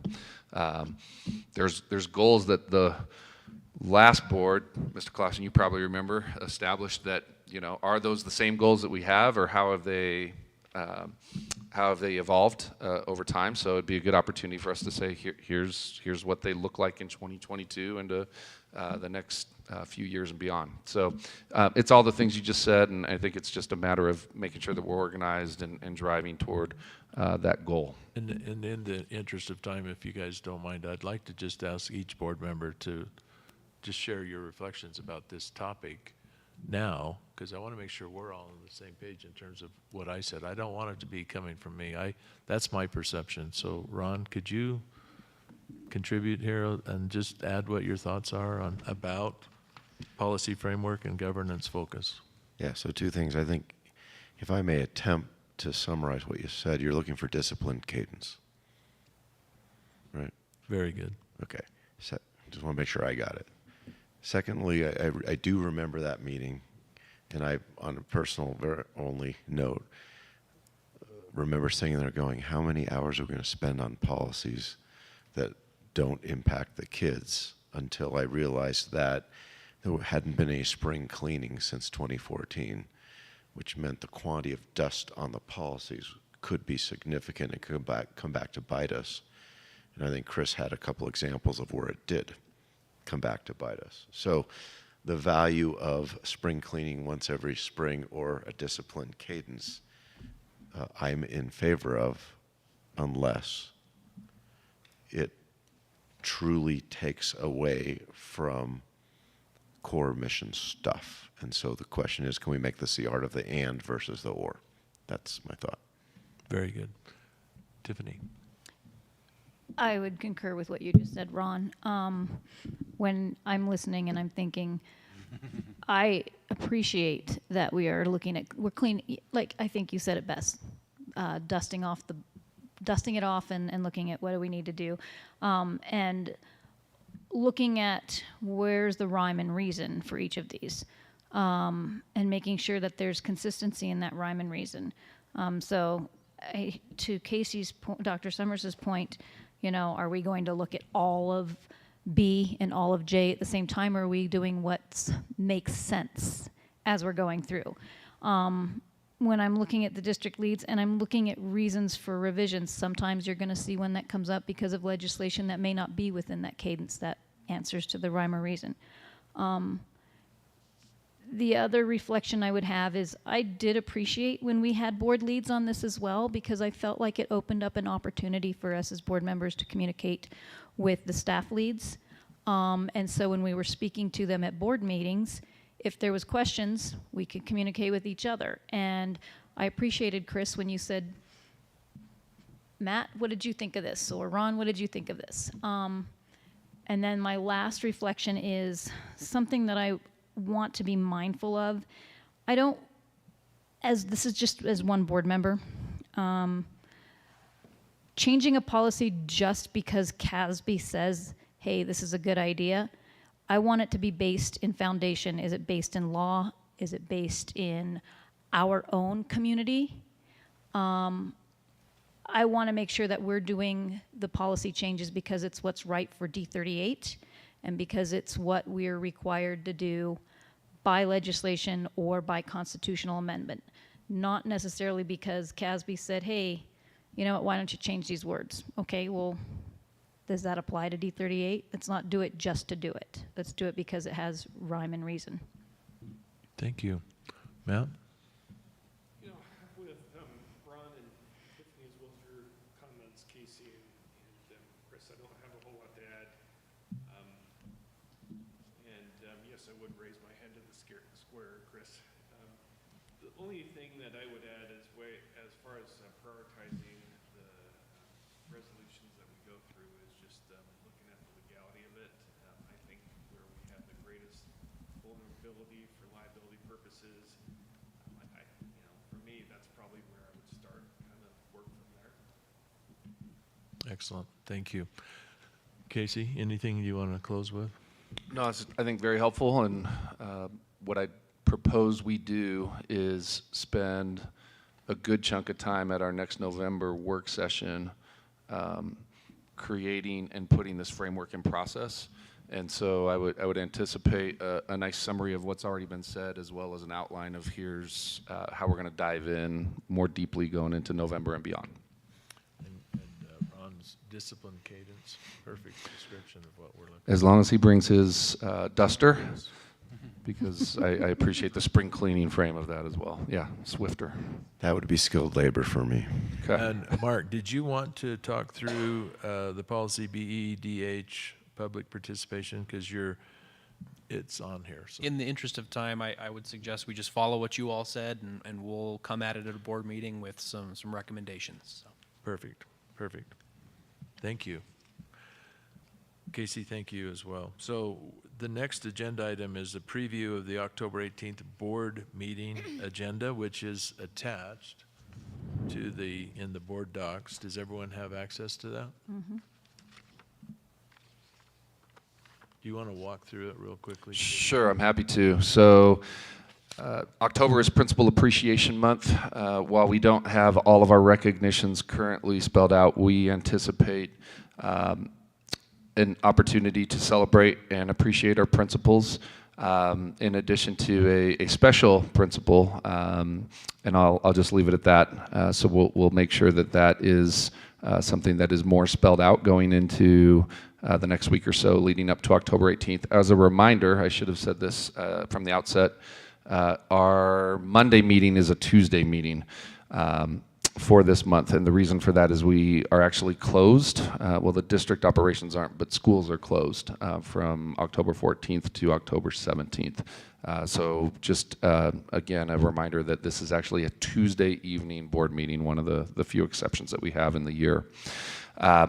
One of the items that we've postponed for a bit is the Monument Academy Charter School Annual Report.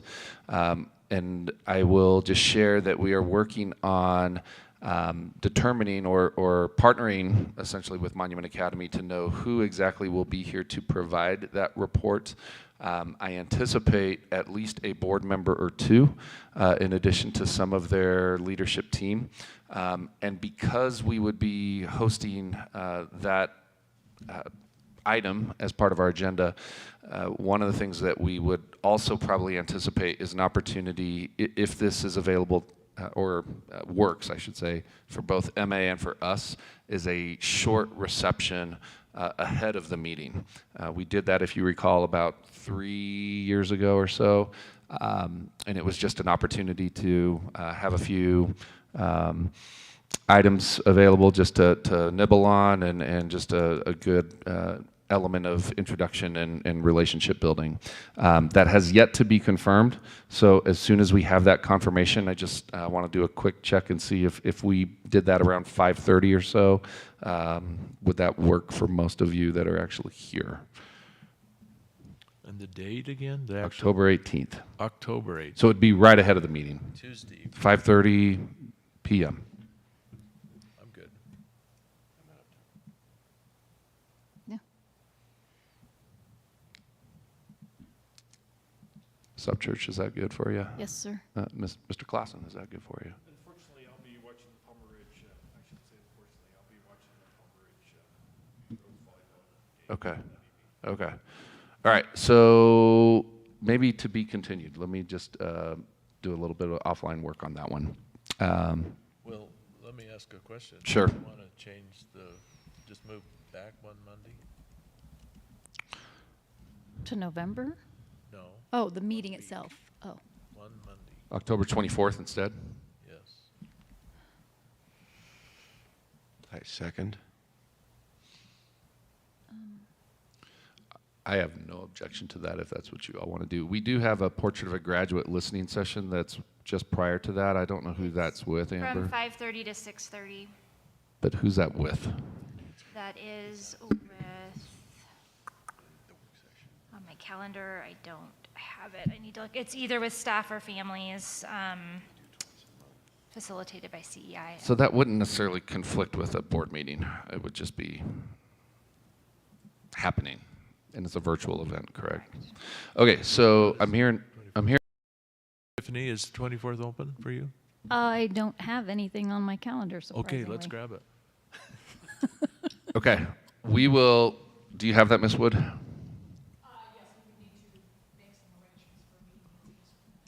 Okay, so October 24th.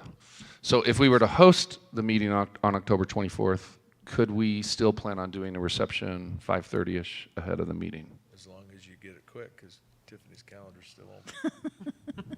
All right, so the meeting will be moved. So thank you for that notice ahead of time. It's likely good for Miss Phillips too. I think she'll be back in town. Okay, wonderful. Well, then with that in mind, and in addition to the MA Charter School Annual Report, we will be sharing our District Unified Improvement Plan review and approval. Does that do anything to the? As well as school plans. So we'll ask As well as for school approval plans. of the district and school plans. Okay, very good. We've got an opportunity for these first reading policy revisions that we just talked about. Mr. Ridgway will be taking us on a little bit more of a deeper dive in terms of financial planning and analysis. And we'll likely have an additional consent agenda item or two that will also appear on your agenda. So that is the overview. You're awesome as usual. Tiffany. Brett, when you do the deeper dive, we'll have our October counts in. So can we also deeper dive into our student information at that time? Will we have that solidified? You know, that we'll have some preliminary data for October count. There's still a lot of reconciliation work that ends up being done. But I can give you what we have at that point. Okay. Yeah. I'll check with the team and see when they make their first submission, because really we want to make sure that we have a submission out of the CDE system that we can bring a report back from. Hopefully, I think we'll have one in by then, but it won't be final. Okay. I have one other request. I know we don't like surprises. I would like the opportunity to bring up 2 resolutions. The thought of doing a resolution regarding the ballot initiative for magic mushrooms. A few of our partner school districts in El Paso County are doing resolutions. So I'd like the opportunity to discuss it, and I can draft something. It's up to the board, obviously. And when we approved our resolution for the MLO, should the MLO pass, I would love to be able to do a stronger worded resolution that says that the monies are in addition to, not to supplant, but what's the word? It's not surplus, it's, no. Supplant. Supplant. Supplement. Supplement. as opposed to Supplement, supplant. yes. that Supplement, it's- not supplant, yep. Yes, yes, that it actually, just to solidify that this is where it's going. It's going to teacher salary. It won't replace budget. It will be in addition to. So Casey, can you provide what you're suggesting to Casey so he can distribute it to the board? Absolutely. And then we can have a chance to review it beforehand? 'Cause Yes, I would I don't like- want it introduced that night. I'd right. like to read it. Yeah, well, I can even send it this week. Okay. Quick question. Walk us through the goal of doing this. Of which one? The supplement, not supplant resolution. In the past, we have done resolutions, and it sets the tone that us board members won't always be on this board, obviously.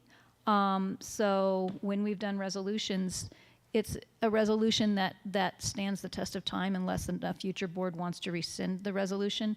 And I think it just solidifies and adds more strength to the commitment of what the dollars would be spent for.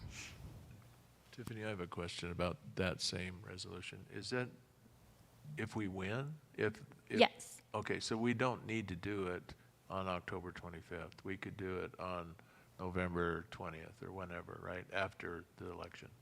Sure, we could do it after the election. I think the value of doing it beforehand is another piece of transparency and commitment.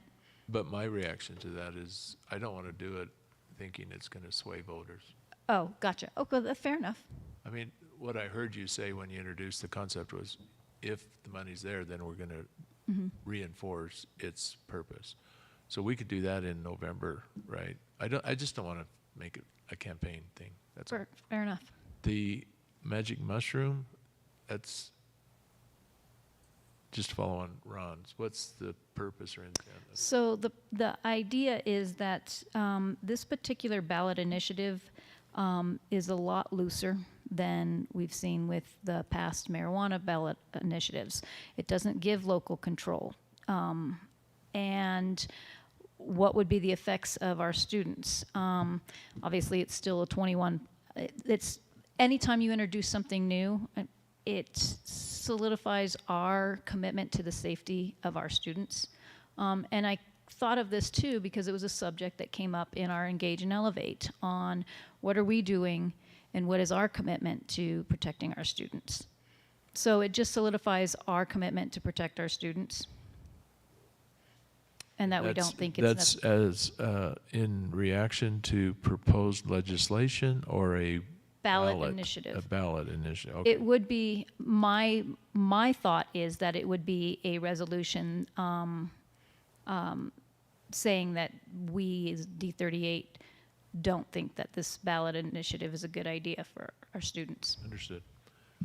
It's a statement of non-support, essentially. Correct. Right. Okay. If Ms. Upchurch, you want to share a draft with us, I'll make sure that we can disseminate that appropriately. Okay. And then I might add, just as a follow-on, we had a good little discussion here on the Engage and Elevate, and I'm just envisioning a document to be shared sooner rather than later. So if we can have a draft of here's the format of the meetings, the schedule, et cetera, October 24th would give us an opportunity to share that so it can be published as soon as possible as well. So. Excellent. Excellent. So the last agenda item is board member reflections. Matt, if I could start with you and then work around. I don't have any, Chris. Thank you. Thank you. Thank you for your participation today. Tiffany, I don't have any additional reflections, thank you. thank you for your participation. It's much appreciated. Ron? I second Ms. Upchurch's comment. All righty then. I feel guilty if I say anything. That's the idea, Mr. Taylor. Therefore, I think we'll stand in adjournment until October 24th. Thank you.